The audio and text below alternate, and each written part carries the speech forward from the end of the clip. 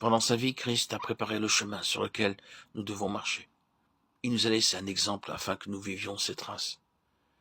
Il nous a indiqué la route que nous devions suivre pour parvenir à la vie éternelle.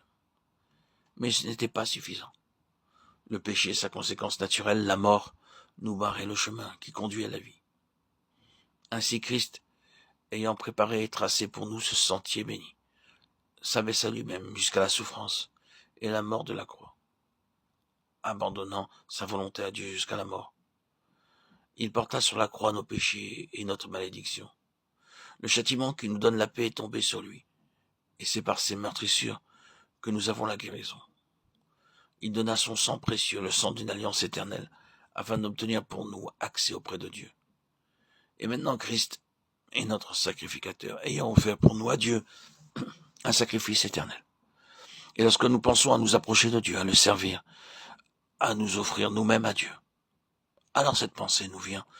Puis-je, avec mon péché, avec les transgressions que j'ai commises et les chutes que j'ai faites depuis ma conversion, puis-je, avec ma nature pécheresse, être en communion journalière avec Dieu? Et alors la réponse vient. Maintenant, Jésus-Christ, vous qui étiez jadis éloignés, vous avez été rapprochés par le sang de Christ. Éphésiens 2,13. Ainsi donc, frères, puisque nous avons au moyen du sang de Jésus une libre entrée dans le sanctuaire, approchons-nous donc avec un cœur sincère. Hébreux 10, 19 et 22. Craignez-vous de vous consacrer entièrement à Dieu parce que vous vous sentez indigne? Oh, pensez à ceci. Ce n'est pas vous qui êtes digne. C'est en Jésus-Christ que vous êtes digne.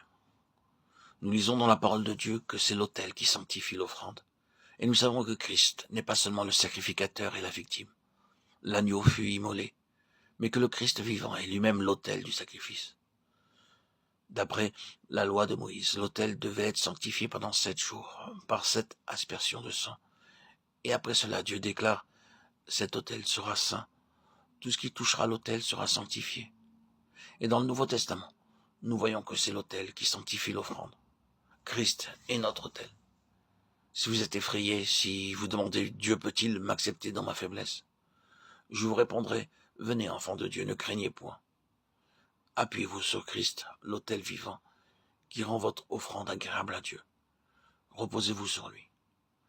Si faible, si indigne que je sois, l'autel sanctifie l'offrande en Jésus.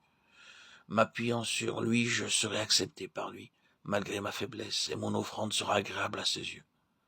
Cherchez à maintenir cette vérité, non seulement comme une doctrine nécessaire au salut des inconvertis, une doctrine qui leur montre de quelle manière ils peuvent obtenir un pardon entier et immédiat, mais cherchez à maintenir cette vérité comme ayant en elle le pouvoir de nous procurer un accès continuel auprès de Dieu.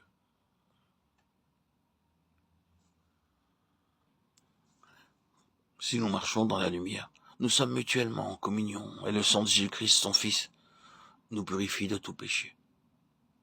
1 Jean 1,7.